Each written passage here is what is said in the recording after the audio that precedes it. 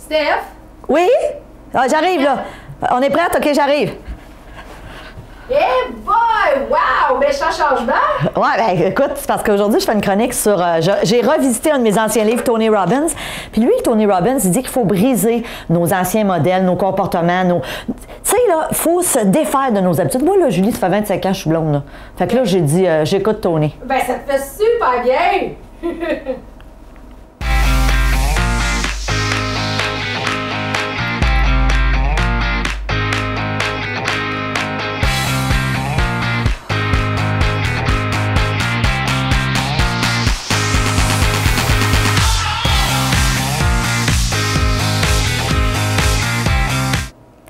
Bonjour et bienvenue à Mastef TV, votre télé inspirante. J'espère que vous allez bien. Je me présente, je suis Stéphanie Milot et vous le savez, je me suis donné une mission, c'est de vous inspirer. Je me suis donné la mission d'inspirer 10 millions de personnes au cours des 10 prochaines années. Alors, je vous le dis, c'est pas une mince affaire, mais je sais que je vais y arriver. Alors écoutez, aujourd'hui, je vous parle d'un livre extraordinaire qui a changé ma vie et c'est le livre de Tony Robbins. Alors, l'éveil de votre puissance intérieure, vous l'avez peut-être lu, écoutez, ça a été édité, ça a été publié il y a 25 ans. Mais honnêtement, je suis en train de le relire et c'est encore tellement les propos que Tony Robbins y tient là-dedans, c'est tellement encore à jour aujourd'hui. Alors aujourd'hui, je vous propose de passer à travers le modèle de la science du comportement neuroassociatif. Et qu'est-ce que c'est ça, la science du conditionnement neuroassociatif? C'est très simple, c'est un modèle qui nous permet de changer soit une mauvaise habitude qu'on a, de développer une nouvelle habitude, un nouveau comportement pour avoir des nouveaux résultats. Donc, évidemment, dans la petite entrevue, je vous ai donné l'étape 1 et 2, je les redis. Donc, étape 1, si je veux changer une habitude que j'ai qui est nuisible pour moi ou développer une nouvelle habitude, premièrement, il va falloir que je décide qu'est-ce que je veux obtenir. Qu'est-ce que je veux? Est-ce que je veux perdre du poids? Est-ce que je veux avoir plus d'abondance financière? Il va falloir que je le demande, mais que je l'écrive précisément.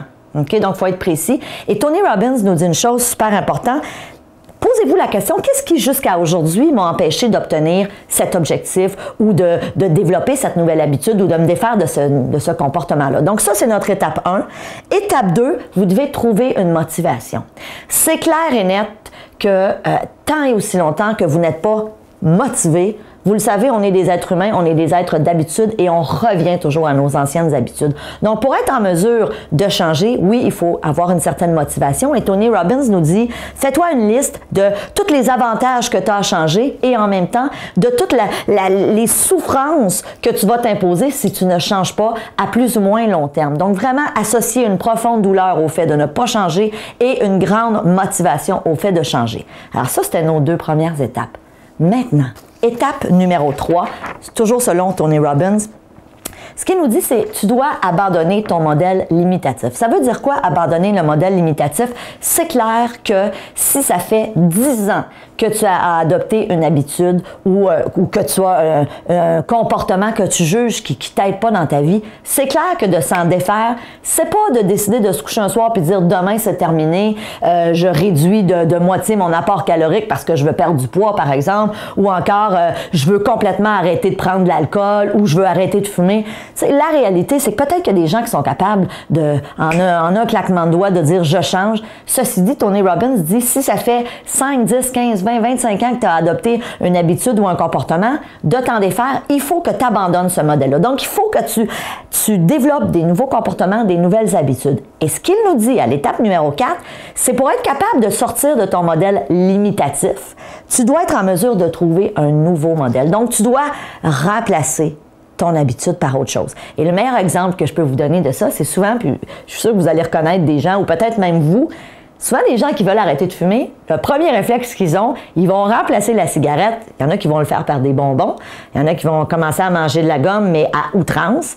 Évidemment, c'est sûr que si tu remplaces chaque cigarette par 2 bonbons, à la fin de la journée, si tu avais l'habitude de fumer un paquet de cigarettes, ça peut faire beaucoup et c'est peut-être pas l'idéal parce que tu transposes le problème ailleurs. Ceci dit, on comprend comment on est fait l'être humain. C'est qu'à partir du moment où on se dit « OK, je veux plus adopter ce comportement-là », c'est beaucoup plus facile quand je remplace mon ancien comportement par un nouveau comportement. Donc, la personne, par exemple, qui dit « Moi, je veux... je sais pas moi, perdre du poids. Et j'ai la mauvaise habitude de, je sais pas moi, trop manger. Je me prends des trop grosses assiettes. » Tu dois trouver une façon de dire, OK, de quelle façon je pourrais manger moins en ayant l'impression quand même d'avoir mangé à ma faim. Ben, un des trucs souvent qu'on va donner aux gens en perte de poids, c'est fais juste réduire la grosseur de ton assiette. Tu vas avoir l'impression que tu as mangé et tu changes ton habitude. Puis ça, c'est un exemple. La personne qui dit, moi, je veux perdre du poids ou je veux me tenir plus en forme, mais j'ai pas cette habitude de faire de l'exercice. J'ai souvent essayé d'être assidue, mais j'y arrive pas. Ben, peut-être que si, exemple, tu te poses la question, OK, qu'est-ce que j'ai essayé dans le passé? Puis rappelez-vous, ça, c'est l'étape 1. L'étape 1, on dit, pourquoi j'ai jamais réussi à atteindre cet objectif-là? Bien, peut-être que dans le passé, je me dis, OK, là, je veux faire du sport, mais que je ne me bloquais pas des plages horaires. Alors, peut-être que pour vous, la solution sera de dire, ben, OK, à partir de demain matin, à tous les matins, à 6 heures, je mets mon cadran et je m'en vais faire un 25 minutes de jogging ou de marche. Et je le mets dans mon horaire et c'est pas négociable. Et je le fais le matin, toujours à la même heure. Beau temps, mauvais temps. Donc, je laisse plus ça de façon aléatoire en disant, je veux faire plus de sport, je veux m'inscrire au gym, mais j'ai pas de commitment, j'ai pas d'engagement nécessairement à savoir, j'y vais à tous les matins à telle heure. Donc, l'idée est juste de vous poser la question, qu'est-ce que je faisais avant qui a manifestement pas marché et qu'est-ce que je peux faire aujourd'hui qui risque de fonctionner ou en tout cas, j'augmente mes chances si j'utilise un nouveau comportement, une nouvelle stratégie, de faire en sorte que ça se peut que ça marche. Puis vous savez quoi? Je vais vous faire une confidence. La vérité, c'est que ça se peut que tu essayes quelque chose d'autre puis que ça marche pas. Tu sais, je vais être honnête avec vous. Ceci dit, après coup, quand tu te rendras compte, OK, j'ai essayé un nouveau modèle, j'ai essayé de développer cette habitude-là en faisant telle nouvelle affaire, ça n'a pas marché. OK, j'arrête. Qu'est-ce que je peux essayer d'autre? Parce que la réalité, c'est que, exemple, je reprends l'exemple de la perte de poids, c'est clair que peut-être que vous vous dites, OK, ben là, oui, je vais faire ce que Stéphanie a dit à tous les matins, je vais mettre mon cadran, je vais aller marcher 25 minutes. Mais peut-être qu'après une semaine, vous allez arrêter. Peut-être qu'après une semaine, vous allez dire, oh, ça me tente pas, il fait pas beau ce matin, puis vous allez appuyer sur le snooze de votre alarme, de votre cadran.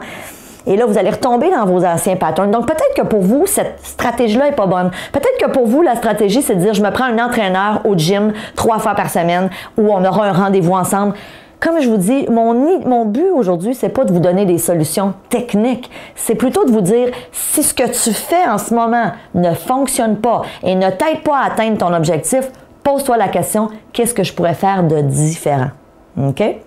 Alors, numéro 3, on abandonne notre modèle limitatif en utilisant le numéro 4, en trouvant un nouveau modèle dynamisant. Numéro 5, reproduisez le modèle jusqu'à ce qu'il devienne constant. Alors, quand on parle de la science du conditionnement neuroassociatif, cette étape-là est cruciale. Pensez-y, à partir du moment où vous avez réussi dans votre vie à développer une nouvelle habitude, et fort probablement qu'il y en a des habitudes que vous avez qui vous suivent depuis des années, que vous n'avez même pas à y penser. Puis, prenons l'exemple. Quand vous vous levez le matin, peut-être que votre habitude, c'est de vous brosser les dents. Vous ne vous posez même pas la question. Vous vous levez, vous allez à la salle de bain, vous vous brossez les dents. C'est ancré dans vos comportements. Ça fait partie de votre routine journalière au quotidien. Donc, vous devez faire la même chose avec votre nouvelle habitude que vous voulez instaurer ou encore l'habitude dont vous voulez vous défaire. Alors, vous allez prendre l'habitude dont vous voulez vous défaire, la remplacer par une autre et après ça, vous assurez que la nouvelle habitude que vous avez développée, vous la faites de façon constante, récurrente. Assurez-vous au début de vraiment assurer cette constance-là. Des fois, ça peut être en se mettant des petits reminders, excusez l'anglicisme, des petits rappels. Ça peut être avec votre téléphone intelligent. Je vous donne un exemple. J'ai reçu dans les semaines précédentes le docteur David Howard. Vous avez peut-être eu l'occasion de voir cette entrevue sur la cohérence cardiaque. Et David Howard nous disait, idéalement, il faudrait le faire 3 fois par jour. Matin, avant le dîner et à la fin de la journée. Alors moi, ce que je me suis dit, c'est pour pas l'oublier, parce que c'est pas encore une habitude pour moi au quotidien de pratiquer 3 fois par jour la cohérence cardiaque. Je me suis dit, ce que je vais faire, je vais mettre des rappels sur mon cellulaire. Alors en me levant le matin, ça, j'ai pas de souci, je sais que je l'oublierai pas, mais je vais m'en mettre un juste avant l'heure du lunch pour être certaine que quand ça va sonner, je vais dire, il faut que je fasse mon 5 minutes de cohérence cardiaque. Même chose à la fin de la journée. Et vous voyez, c'est une petite chose, c'est tellement un truc simple. Ceci dit, je sais que ça va m'aider à instaurer cette nouvelle habitude qu'en ce moment, je n'ai pas. Et je sais très bien que cette habitude-là, ça va m'aider dans ma vie à être plus zen, à être plus calme. Et moi, j'aspire à ça. OK? Alors, c'en est un exemple. Alors, ça, c'est notre point numéro 5. Reproduisez le nouveau modèle jusqu'à ce qu'il devienne constant. Ça veut dire quoi? Ça veut dire que si pendant un mois, à tous les jours, 3 fois par jour, je fais de la cohérence cardiaque, croyez-moi, je risque de le faire pour tout le temps. Et c'est la même chose pour vous. À partir du moment... Puis, il l'explique dans son livre Tony Robbins, à partir du moment où un nouveau comportement a été répété suffisamment souvent, ça creuse une connexion neuronale dans notre cerveau. Donc, je ne veux pas aller dans du trop complexe, mais ça creuse des connexions neuronales dans notre cerveau qui font que après ça devient un automatisme. On n'a même plus à y penser. Et finalement, la 6e étape, et non la moindre, mettez votre modèle à l'épreuve. Alors, Tony Robbins nous dit, c'est important d'être capable de vous mettre à l'épreuve, de vous tester. Et laissez-moi vous lire. Et là, je vais aller à mon petit post-it, mais laissez-moi vous lire ce que Tony Robbins nous propose. Il dit, assurez-vous, pour être capable de développer une nouvelle habitude ou cesser une habitude nocive, il dit, premièrement, assurez-vous que vous associez une réelle douleur à votre ancien modèle. Donc, n'oubliez pas, l'étape 1, il faut vraiment que la douleur soit profonde. Qu'est-ce qui va arriver si je ne fais pas cette prise en charge de moi pour être en meilleure santé ou pour manger mieux ou pour faire du sport? Qu'est-ce qui va arriver si je décide pas enfin de partir à mon compte parce que je suis malheureux depuis des années dans mon travail? Qu'est-ce qui va arriver à plus ou moins long terme? Je risque de tomber malade. Quand j'arrive à la maison le soir, je suis pas de bonne humeur, donc ça contamine les gens négativement dans ma famille. Donc, associer une profonde douleur. Alors ça, c'est la première chose. Pour s'assurer qu'on met notre modèle à l'épreuve. Deuxièmement, assurez-vous que vous associez un réel plaisir à votre nouveau modèle. Donc, ça, on en a parlé. Étudiez votre compatibilité avec vos valeurs, vos croyances et vos normes. Ce que Tony Robbins nous dit qui est super important, c'est que si tu développes un nouveau comportement, une nouvelle habitude ou que tu as un objectif que tu veux atteindre, assure-toi que ça va avec tes valeurs à toi, avec tes croyances, avec ce que tu veux comme style de vie. Je donne souvent cet exemple-là en conférence, la personne qui dit, moi, j'aspire à devenir multimillionnaire, puis pour ça, je vais être obligée de monter une entreprise multinationale avec plein d'employés, puis je vais devoir travailler très, très, très fort. Bien, c'est correct si tu aspires à ça. Ceci dit, si ta valeur numéro 1, c'est je veux passer énormément de temps avec mes enfants parce qu'ils sont jeunes et avec ma famille, on s'entend que on a un problème, là. On a un conflit au niveau des valeurs et on va toujours avoir l'impression qu'on n'est pas au bon endroit. Quand on va être avec notre famille, on va se dire, bon, mais il faudrait que je suis en train de bâtir une multinationale. Et l'inverse est aussi vrai. Quand on va être au bureau parce qu'on doit travailler fort, on va toujours avoir le sentiment de se sentir coupable parce que je suis pas avec mes enfants, je suis pas avec ma famille et c'est important pour moi. Donc, c'est bien important, ça, de regarder cette cohérence-là. Est-ce que mon nouvel objectif, mon nouveau comportement, ma nouvelle habitude sont en cohérence avec mon système de valeurs? Numéro 4, assurez-vous que vous conservez les avantages qui découlent de l'ancien modèle. Et ça, c'est super important. Est-ce que ton nouveau comportement, ta nouvelle habitude, te procure les mêmes avantages que tu avais avant? Et je vous donne un exemple. La personne qui dit, moi là, j'aime ça manger. Moi, je suis un épicurien dans la vie. J'aime les bons vins, j'aime les bons fromages, j'aime les gâteaux, les pâtisseries. C'est clair que du jour au lendemain, si tu deviens végétarien et que tu manges juste du cru, ça se peut que tu trouves ça un petit peu plus plate. Alors, ceci dit, comment tu peux instaurer dans ta vie de nouvelles habitudes alimentaires en conservant les avantages de ce que tu ressentais avant, de dire, moi, j'aime la vie, j'aime goûter, j'aime être un épicurien. Est-ce que c'est possible qu'il y a des gens, par exemple, qui sont en parfaite santé, qui ont un poids santé et qui, à l'occasion, s'en permettent des petites douceurs, appelons ça comme ça. Puis moi, je peux vous dire, la réalité, c'est que c'est oui.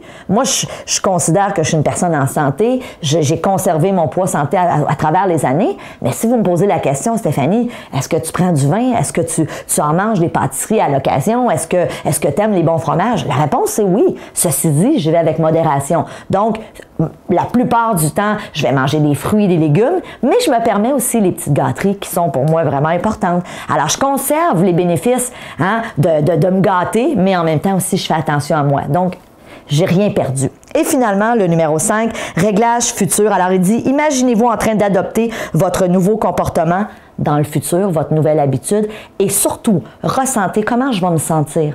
Comment je vais me sentir quand je vais dire, hey, oui, ça fait 1 an que 5 fois par semaine, je vais courir le matin.